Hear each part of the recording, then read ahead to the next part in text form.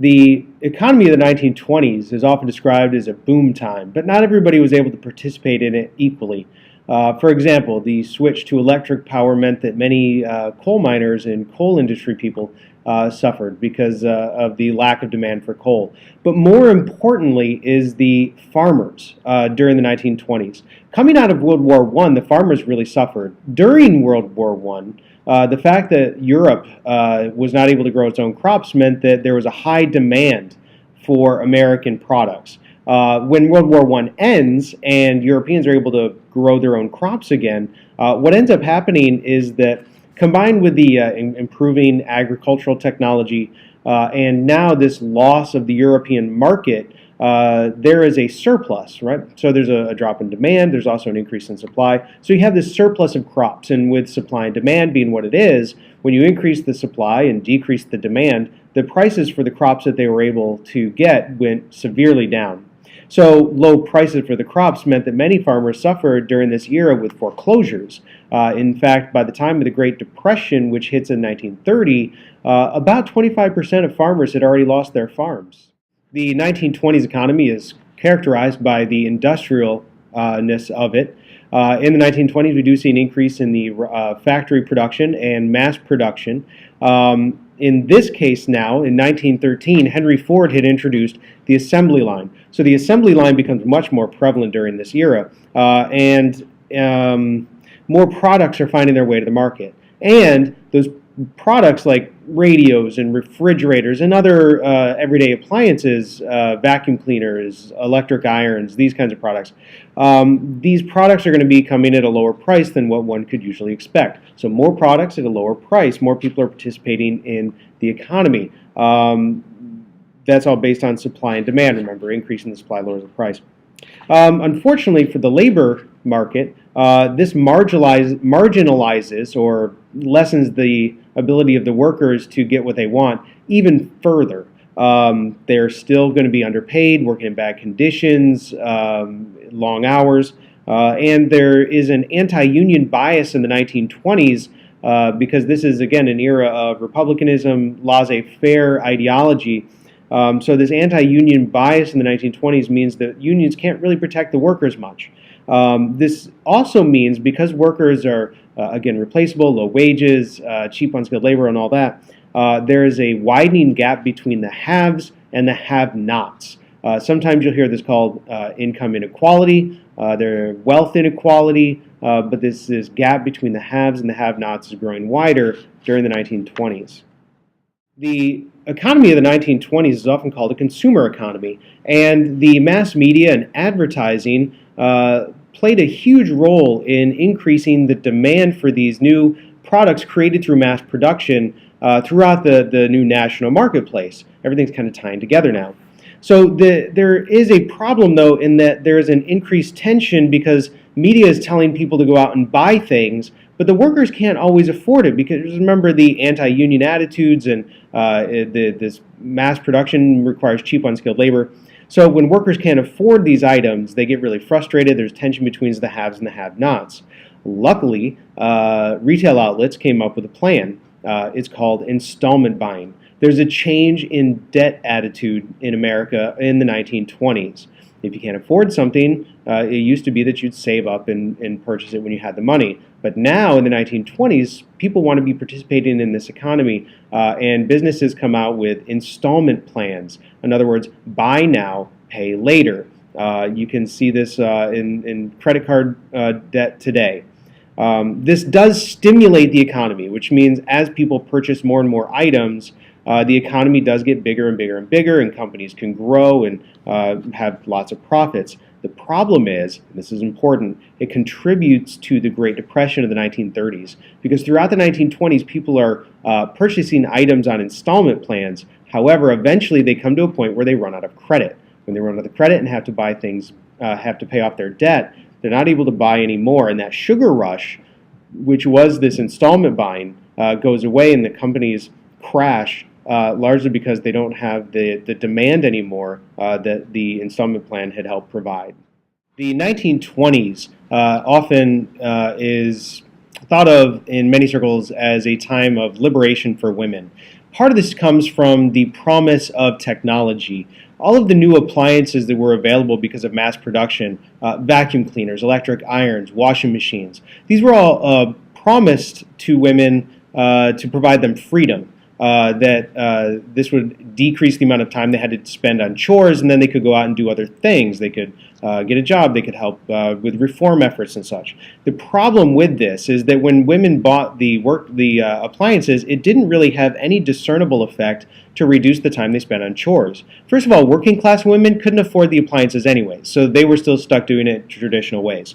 Middle class women bought appliances, but then fired the domestic help that they used to hire, so they actually spent more time doing chores than they had previously, and the wealthy women didn't have to worry about that anyways. So there really isn't a move towards breaking the traditional gender roles. Oftentimes the 1920s is characterized with the flapper. Flappers were these liberated, free women that broke the traditional mold of wife and mother. They could go be free, they could go out partying, they drank, they showed off their knees, they wore different clothes. They broke from those traditional gender roles. However, that is the exception that proves the rule. Very few women were flappers during the time period. Most women were still in the old traditional role, sometimes we call it the cult of domesticity or the cult of true womanhood, of wife and mother. That is the role that women had. And it's reinforced by the media and advertisements of the time that paint women as being happy in their roles as wife and mother, and that's the only appropriate method that they should live their lives. Thanks to Henry Ford and his assembly line in 1913, America entered a new era in the 1920s, the new era of the car and easier transportation. Transportation changes so much stuff in the 1920s, and it's going to, in the 1950s after World War II, take on an entirely different level. During the 1920s, we can see that if you could afford a car, it opened up a number of different things for you. First of all, you could live further away from work. So the idea of a working city is radically changed in the 1920s.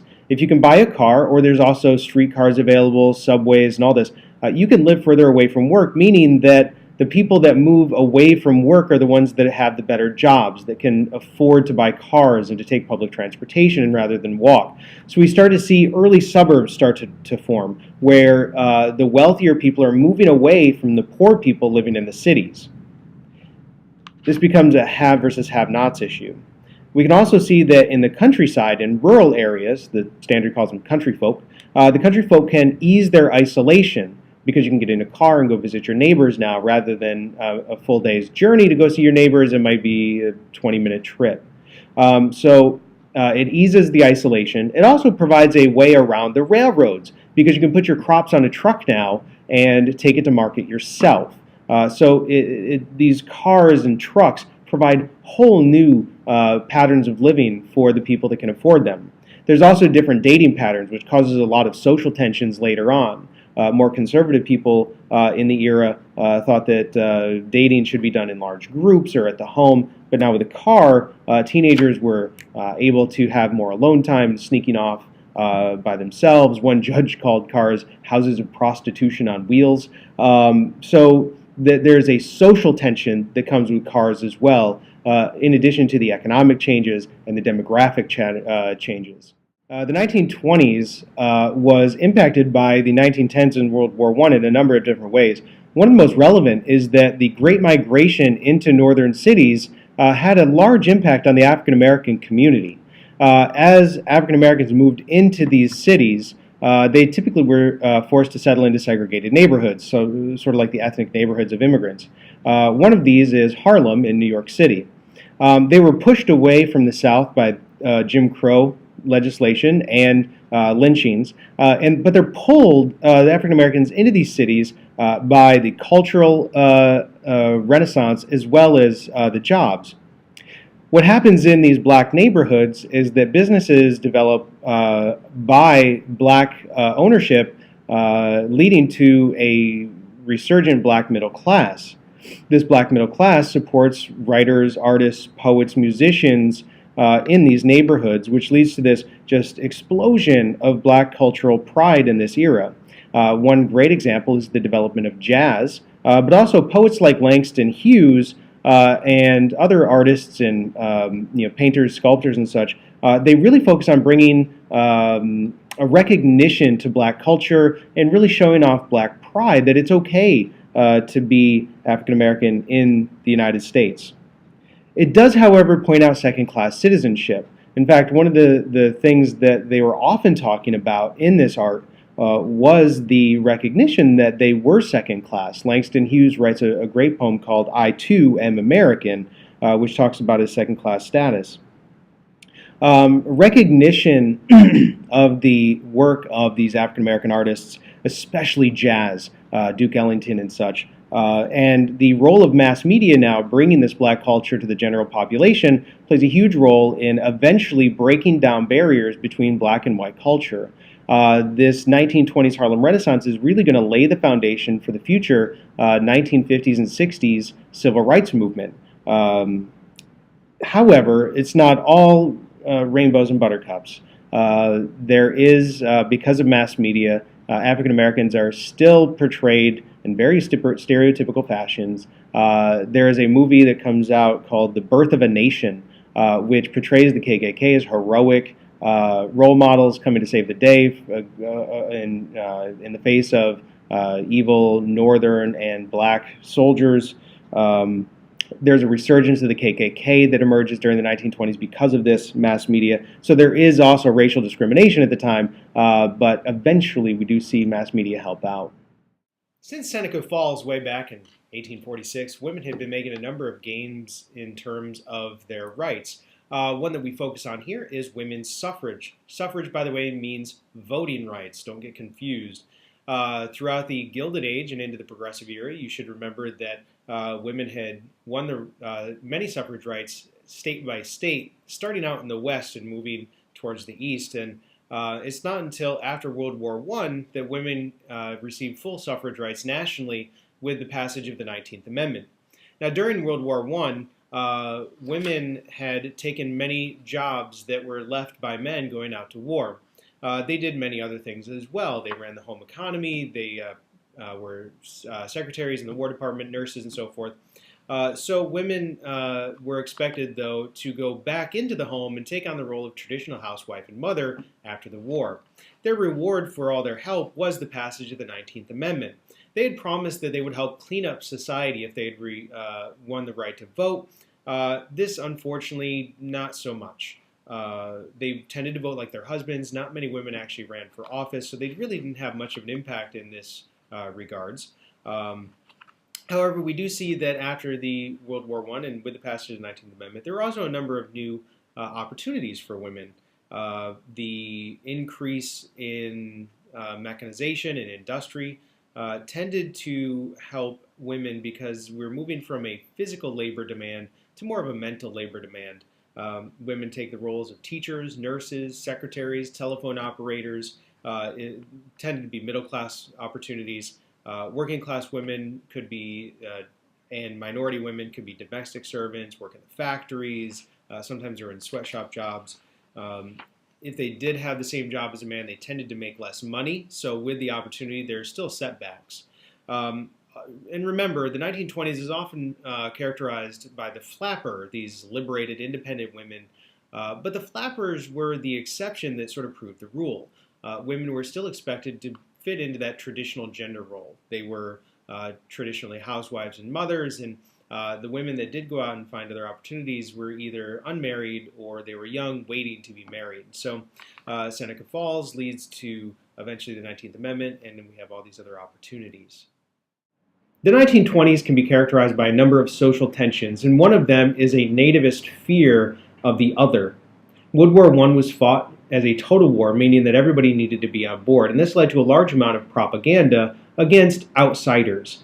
This led to the 100% American movement, which fed into the traditional nativism that we saw during the Gilded Age, and xenophobia, which is this unreasonable fear of foreigners that was already there. After World War I, there was a large number of economic issues that also bled into this nativist and xenophobic issue.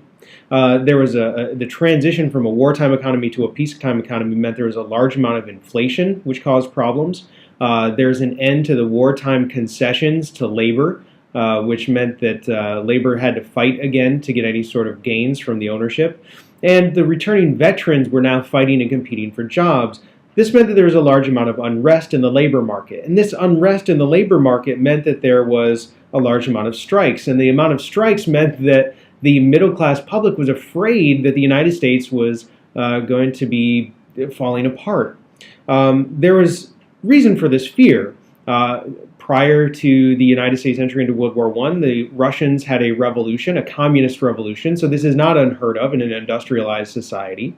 The Russian Revolution was fought by the Bolsheviks, which was a branch of communism. There was some fear that it would happen in the United States.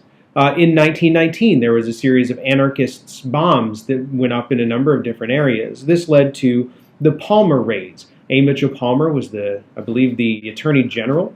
Palmer wanted to run for office, probably president, so he tried to use this to make himself look good. 8 of these bombs went off around the country. There was rumors that there was more. So Palmer argued that we needed to round up all alleged communists and socialists and anarchists that we could find. And he did. He ended up, just for holding political views, Palmer arrested about 4,000 alleged communists and held them without bond, violating the First and, I believe, Fourth Amendment in doing so. Later, hundreds of them are going to be deported, largely with very little due process. In the end, what happens, Palmer kept arguing that there was going to be more attacks that were about to happen. These attacks never materialized. He's discredited, but the damage has been done, both because of the propaganda, because of the economic tensions, and because of the Palmer raids. These non-traditional views are going to be severely damaged, and the nativism is really going to take hold throughout the 20s. The KKK of the 1920s was a resurgent movement. The KKK of the Reconstruction era largely went away after Reconstruction ended. Now, the lynching and the racism of the era was still present, but the KKK organization had largely fallen out. It resurges in the 1920s, paired up with the nativism and xenophobic and anti-immigrant spirit that was brought on that we talked about previously. It provided a rationale for the KKK to reemerge. In 1915, a movie that won all the Oscars that year, by the way, called The Birth of a Nation, had already planted these seeds, and the KKK was painted in this movie as a positive force, that it was the heroes and protectors of the South after the Civil War. And it intensified the racism against African Americans. So African Americans are already on the KKK's watch list. When you partner this with the Red Scare of 1919 and the Palmer raids, now you can add radicals like anarchists, socialists, and communists. You can also add Catholics in there, which were seen as un-American and that they would be loyal to the Pope in Italy and not the American president. And really any other immigrant that would fall into this category. So you have the African Americans, radicals, Catholics, and immigrants that are also on these watch lists. The KKK saw itself as a moral regulator as well, that they were the good guys and that their way of life was best. So they don't like people that are going to break laws. So they also target bootleggers, gamblers, and any other people that they saw as un-American. Now, the rise of the KKK is helped out by mass media. We have all these new media tools, and they used advertising to promote membership. The movies like Birth of a Nation also helped to promote the culture that this was acceptable. So we now have an organization that during Reconstruction was mainly the Southerners against the North. Now it's a national organization. Small towns and cities through the Midwest and the North all have branches of the KKK at this time. And their tools that they use to promote their message are cross burnings, public beatings, and even lynchings. Now, the KKK falls apart towards the end of the 1920s because they saw themselves as moral regulators, but their leadership was participating in these massive drunken orgies. And the common KKK member said that this is the stuff that we don't really care for, and our membership dues are going to support those actions. So the KKK does end by the end of the 1920s, again, only to reemerge in the 1950s and 60s. In the 1920s, we can see that there is a period of xenophobia, this unreasonable fear of foreigners, and nativism, which is a very strict anti-immigration sentiment. And all of this anti-immigrant feeling led to a number of pieces of legislation being passed by our National Congress. Known as immigration quotas, these laws had been a goal of conservatives throughout the late 1800s. During the Gilded Age. It's supported by this concept of social Darwinism, that some people are just bred superior to others, and that feeds right into this Anglo-Saxon or white supremacy that we can see in the KKK. The people that they were limiting tended to come from South and Eastern Europe, what we'd call the new immigrants. These immigrants are limited partially because of the social Darwinism and xenophobia. They tended to be poor. They tended to not have a whole lot of experience with democracy. They tended to clump together in ethnic neighborhoods. We can also see that Asians are banned entirely. This is a continuation of that policy with the Chinese Exclusion Act from the Gilded Age. Now, the quota system works very simply. A certain percentage of people are allowed into the country from a given area. Typically, this would be something like 2% of the population already in the United States would be allowed to come in. So if there's 1,000 Italians living in the United States, that means 2% of that would be able to come in, and that's 20 people would be able to come in from that country. So this severely limits the new immigrants, those old immigrants, which hadn't been coming in as such. In the 1920s, Prohibition became law. This had been a long goal of progressives, starting with the temperance movement, which was trying to limit the amount of alcohol people drank. Prohibition was the legal restriction against it. This stems in part from an effort to force immigrants to act in that middle-class white society and force them to assimilate into that culture. It was a way to preserve the American culture, at least the dominant white society of American culture.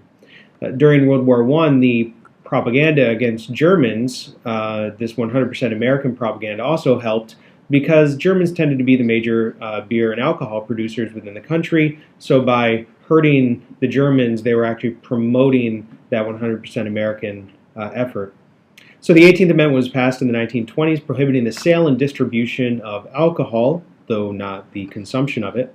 And whether one complied with this amendment or not largely depended on class, religious, and ethnic identity. Lower and working class people tended to just disregard the law. There wasn't enough manpower to enforce it anyways.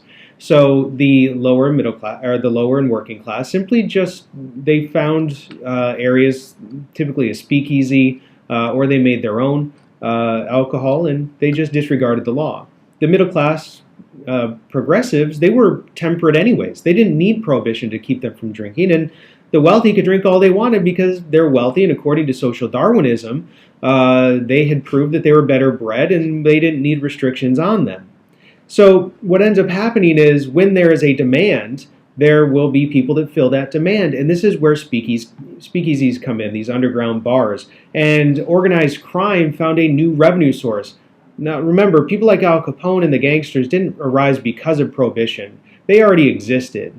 What Prohibition did was provide them with another revenue source and made them even more powerful.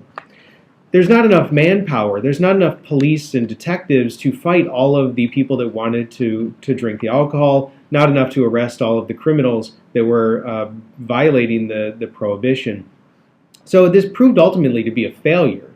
And it's one of the reasons why eventually progressivism falls out of favor, because Prohibition was one of their great success stories, and it ultimately proved to be a catastrophe.